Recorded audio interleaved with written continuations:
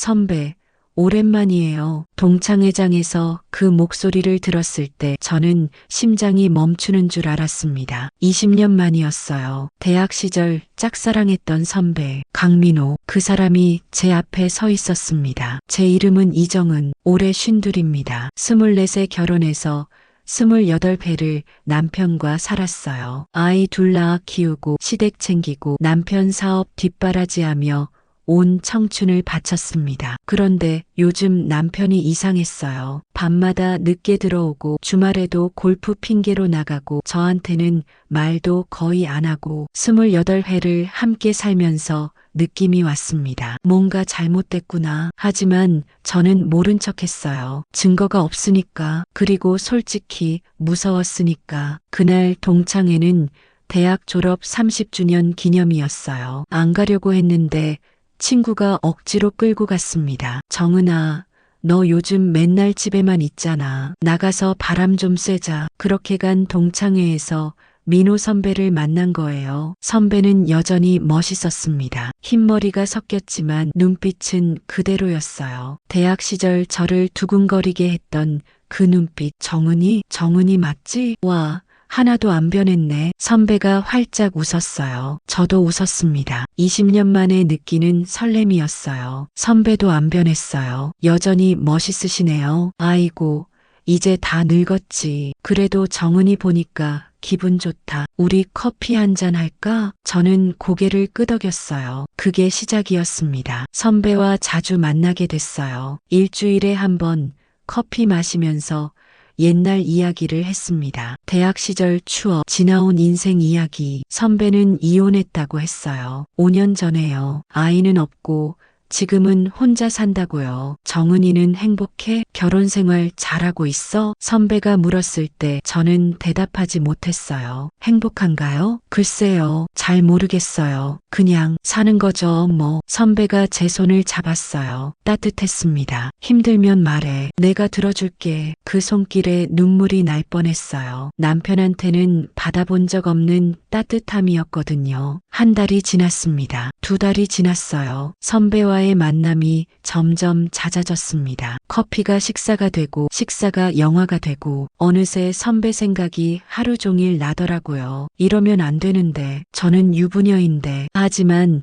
남편한테 받지 못한 관심을 선배한테 받으니까 빠져드는 게 어쩔 수 없었어요. 그러던 어느 날이었습니다. 선배와 저녁을 먹고 카페에 앉아 있었어요. 선배가 갑자기 고개를 숙였습니다. 어깨가 떨리고 있었어요. 선배, 왜 그래요? 선배가 고개를 들었어요. 눈에 눈물이 고여 있었습니다. 정은아, 미안해. 네, 뭐가요? 나 너한테 할 말이 있어. 선배가 깊은 한숨을 쉬었어요. 그리고 말했습니다. 내 남편이 나한테 돈을 줬어. 순간 귀를 의심했어요. 무슨 소리예요? 내 남편이 나를 찾아왔어. 2달 전에 정은이한테 접근해서 바람피게 만들라고. 머리가 하얘졌습니다. 거짓말이죠? 장난치는 거죠? 아니야. 진짜야. 선배가 핸드폰을 꺼냈어요. 카카오톡 대화창을 보여줬습니다. 남편이었어요. 제 남편 이름이 찍혀 있었습니다. 강민호 씨 부탁한 대로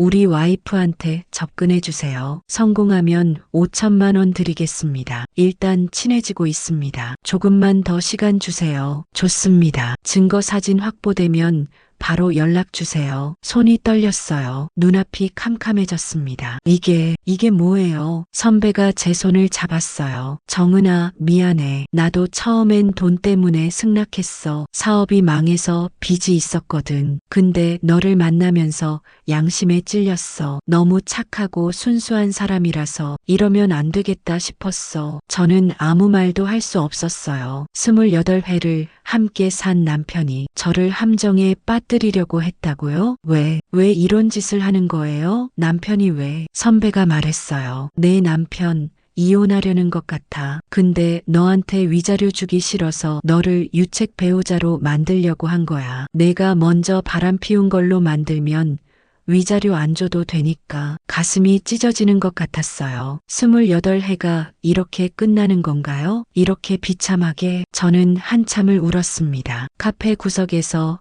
선배 앞에서 창피한 줄도 모르고 울었어요. 그런데 울고 나니까 이상하게 머리가 맑아졌어요. 이대로 당할 수는 없었습니다. 저는 눈물을 닦고 선배를 바라봤어요. 선배, 나 도와줄 수 있어요? 뭘? 역으로 남편을 털어버리게요. 선배가 눈을 크게 떴어요. 저는 말했습니다. 선배가 남편한테 연기하는 거예요. 계획대로 진행되고 있다고. 그 사이에 나는 남편 증거를 모을 거예요. 선배가 잠시 생각했어요. 그리고 고개를 끄덕였습니다. 알았어. 내가 도와줄게. 양심에 빚진 것도 있으니까. 그날부터 저의 반격이 시작됐습니다. 선배는 남편에게 거짓 보고를 했어요. 정은이랑 점점 가까워지고 있습니다. 곧 증거 사진 보낼 수 있을 것 같습니다. 남편은 좋아했어요. 자기 계획이 성공하고 있다고 생각한 거죠. 저는 그 사이에 증거를 모았습니다. 먼저 남편 핸드폰을 뒤졌어요. 남편이 샤워하는 사이에요. 비밀번호는 알고 있었습니다. 결혼기념일이었거든요. 참 아이러니하죠. 핸드폰을 열자마자 충격받았어요. 내연녀가 있었습니다. 이름은 박서연, 35살, 남편 회사 직원이었어요. 카톡 대화를 보니까 1년 넘게 만난 것 같았어요. 오빠, 오늘 호텔에서 봐요. 와이프 정리되면 우리 결혼하는 거죠? 당연하지. 조금만 기다려. 손이 떨렸어요. 하지만 울지 않았습니다. 대신 캡처했어요. 전부 다요. 통장 내역도 확인했습니다. 남편 명의 통장에서 매달 300만 원씩 박서연 계좌로 빠져나가고 있었어요. 1년이면 3,600만 원. 우리 가정 돈이 내 연녀한테 간 거예요. 부동산 서류도 찾았습니다. 우리 집 명의가 남편 단독으로 바뀌어 있었어요. 원래 공동 명의였는데 제가 모르는 사이예요. 언제 이런 짓을 한 거죠? 모든 증거를 사진 찍어서 제 핸드폰에 저장했어요. 그리고 클라우드에도 백업했습니다. 절대 잃어버리면 안 되니까요. 선배한테도 부탁했어요. 선배, 남편이랑 나눈 대화 전부 녹음해 줄 수 있어요? 카톡도 캡처해 주시고요. 선배가 고개를 끄덕였어요. 알았어. 다 모아줄게. 2주 동안 증거를 모았습니다. 남편의 불륜 증거, 저를 함정에 빠뜨리려 한 증거, 재산 빼돌린 증거, 전부 다요. 그리고 변호사를 찾아갔어요. 변호사님, 남편이 저를 유책 배우자로 만들려고 함정을 팠어요. 젊은 여자 변호사가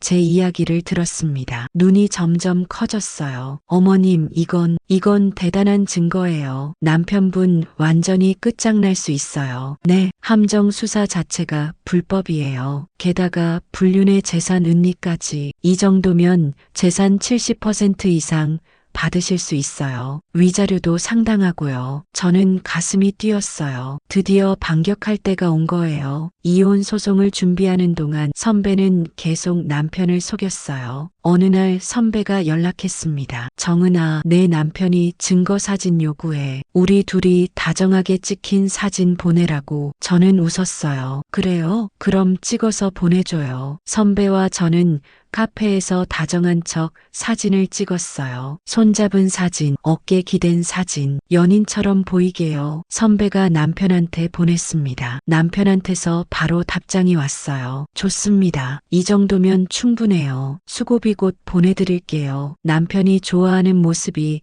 눈에 보이는 것 같았어요. 자기 계획이 성공했다고 생각하겠죠. 하지만 함정에 빠진 건 남편이었습니다. 며칠 뒤 저는 이혼 소송장을 보냈어요. 남편이 퇴근하고 집에 들어왔을 때 저는 거실에 앉아 있었습니다.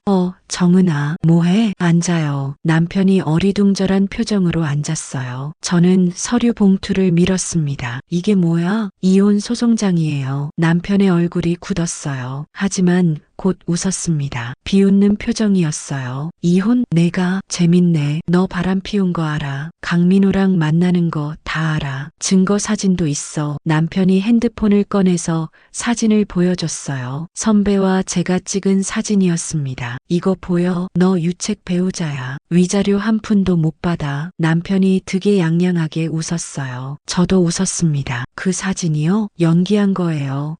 저는 핸드폰을 꺼냈어요. 그리고 선배와 남편이 나눈 카톡 대화를 보여줬습니다. 강민호 씨 부탁한 대로 우리 와이프한테 접근해 주세요. 성공하면 5천만 원 드리겠습니다. 남편의 얼굴이 하얘졌어요. 이건 당신이 선배한테 돈 주고 시킨 거잖아요. 저를 유책 배우자로 만들려고. 근데요, 선배가 나한테 다 말했어요. 저는 녹음 파일을 재생했어요. 선배와 남편이 통화한 내용이었습니다. 정은이랑 많이 친해졌어요. 곧 선 넘을 것 같습니다. 좋아요. 확실한 증거 잡히면 바로 알려줘요. 남편이 벌떡 일어났어요. 이게 어떻게 더 있어요? 저는 다른 사진들을 보여줬습니다. 남편과 내연녀 박서연의 사진, 호텔 들어가는 사진, 같이 밥 먹는 사진. 박서연 씨 회사 직원이죠? 1년 넘게 만났더라고요. 남편의 다리가 풀렸어요. 소파에 주저앉았습니다. 그리고 이것도요. 통장 거래 내역을 보여줬어요. 매달 300만 원씩 박서연한테 보냈네요. 1년이면 3,600만 원이에요. 우리 돈으로요. 남편이 손을 떨었어요. 그리고 집 명의요. 내 동의 없이 단독 명의로 바꿨죠? 이건 사문서 위조예요. 저는 일어섰습니다. 남편을 내려다봤어요. 당신이 판 함정에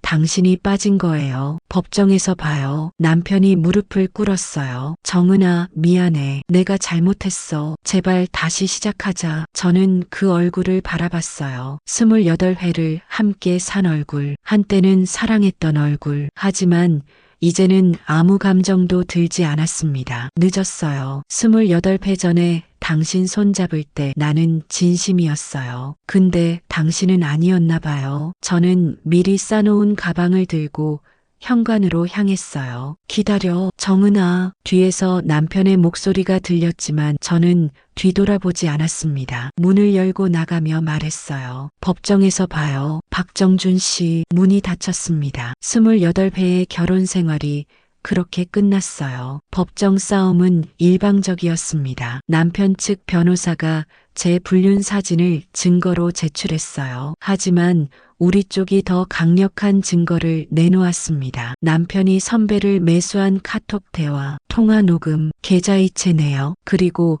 선배가 직접 법정에 나와서 증언했어요. 저는 이정은 씨의 남편에게 5천만 원을 받기로 하고 이정은 씨를 유혹하라는 지시를 받았습니다. 법정이 술렁였어요. 판사도 눈을 크게 떴습니다. 남편 측 변호사가 말했어요. 증인의 말은 신빙성이 없습니다. 돈을 받고 거짓 증언하는 것일 수도. 제 변호사가 반박했어요. 카카오톡 대화 기록, 계좌이체 내역, 통화 녹음까지 있습니다. 증인의 증언은 모든 증거와 일치합니다. 남편 불륜 증거도 제출했어요. 박서연과의 사진, 메시지, 호텔 출입 기록까지. 내연녀 박서연도 증인으로 소환됐습니다. 피고 박정준과 언제부터 만나셨나요? 1년 반 전부터요. 결혼 약속도 하셨나요? 네. 와이프랑 이혼하면 결혼하자고 했어요. 법정에서 남편의 얼굴이 일그러졌어요. 최종 판결이 나던 날이었습니다. 판사가 판결문을 읽었어요. 피고 박정준은 원고 이정은에게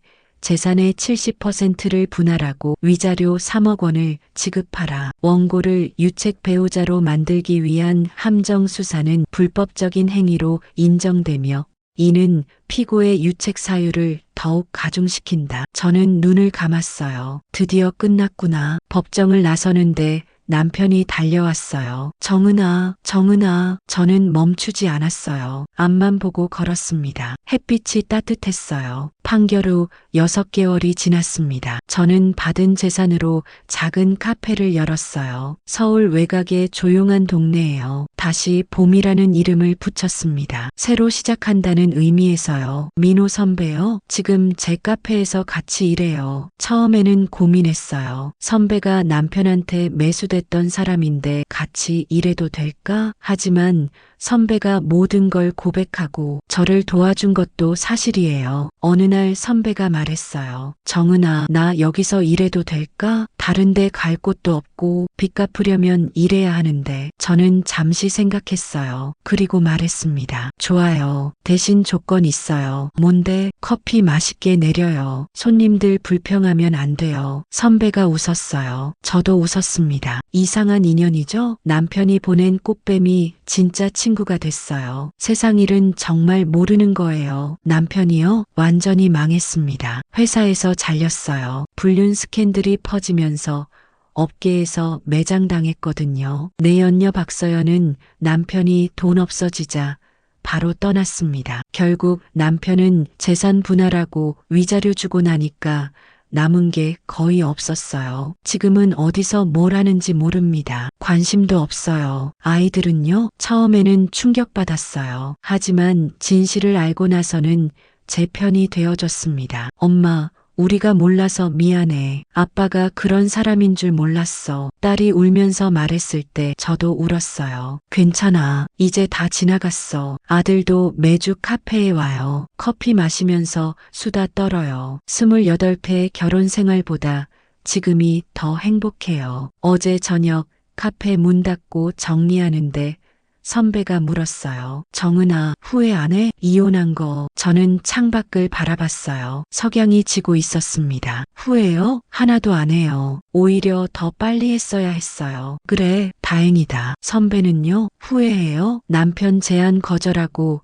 나한테 편든 거. 선배가 웃었어요. 아니, 내 인생에서 가장 잘한 일이야. 저도 웃었습니다. 창밖으로 석양이 물들어가고 있었어요. 하루가 저물고 새로운 내일이 오고 있었습니다. 52의 나이에 저는 알았습니다. 인생은 몇 번이고 다시 시작할 수 있다는 것을요. 누군가 저를 함정에 빠뜨리려 해도 역으로 그 함정을 이용할 수 있다는 것을요. 그리고 진짜 친구는 생각지 못한 곳에서 만난다는 것을요. 오늘도 카페에 손님이 들어왔어요. 눈이 퉁퉁 부은 중년 여자였습니다. 저기 커피 한 잔 주세요. 저는 커피를 내리며 물었어요. 많이 힘드세요? 여자가 고개를 들었어요. 눈물이 흘렀습니다. 남편이 바람을 피웠어요. 근데 제가 유책이래요. 함정에 빠졌대요. 저는 커피를 내려놓고 그녀 앞에 앉았어요. 이야기 들려주세요. 저도 그랬거든요. 여자가 눈을 크게 떴어요. 정말요? 네. 근데 저는 역으로 털어버렸어요. 여자의 눈에 희망이 떠올랐어요. 어떻게요? 저도 할 수 있을까요? 저는 미소 지었습니다. 할 수 있어요. 방법을 알려드릴게요. 창밖으로 햇빛이 쏟아졌어요. 또 다른 이야기가 시작되고 있었습니다. 함정을 파는 사람이 있으면 그 함정을 역이용하는 사람도 있어요. 중요한 건 포기하지 않는 거예요. 그리고 기억하세요. 당신을 무너뜨리려는 사람은 반드시 대가를 치르게 됩니다. 인과응보, 뿌린 대로 거두는 거예요. 카페 문이 열리고 선배가 커피를 들고 왔어요. 정은아,